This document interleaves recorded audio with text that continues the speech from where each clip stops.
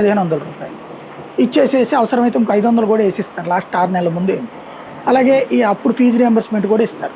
అదో జగన్ అంతా ఆర్థికంగా అస్తవ్యస్తం చేసేసాడు కదా, నేను ఈ 4 ఏళ్లలో డబ్బులు సంపాదించిన మిగించేసేసాను, ఆ సంపాదన విపరీతం అయిపోయింది, ఇక అసలు తిరిగే లేదు, ఇక వెనక్కిపోయేది లేదు, మీరు మళ్ళీ మారిస్తే కనుక నాశనం అయిపోతారు, మీ ఇష్టం అని చెప్తాడు చంద్రబాబు.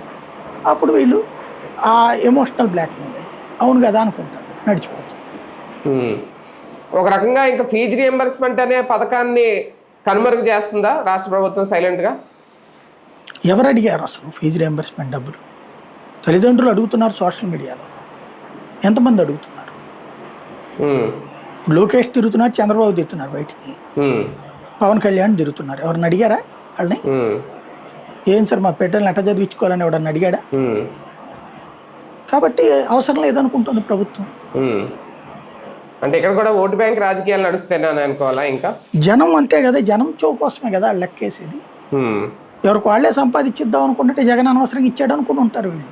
అవును, అందుకే సమాధానం కూడా చెప్పట్లేదు కదా, అడగని కూడా అడగట్లేదు కదా. ఏ ఎమ్మెల్యేని అడిగాడా ఫీజు రియంబర్స్మెంట్ ఇవ్వకపోతే బాధపడుతున్నారు?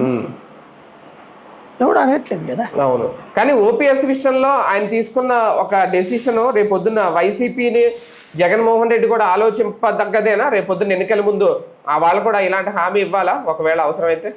ఉద్యోగుల విషయంలో ఆత్మవిమర్శ చేసుకోవాలి జగన్మోహన్ రెడ్డి. ఎందుకంటే ఉద్యోగులకి ఒకప్పుడు వాళ్ళ నాన్న ఫ్రెండ్లీ, అప్పుడు చంద్రబాబు ఎనిమి.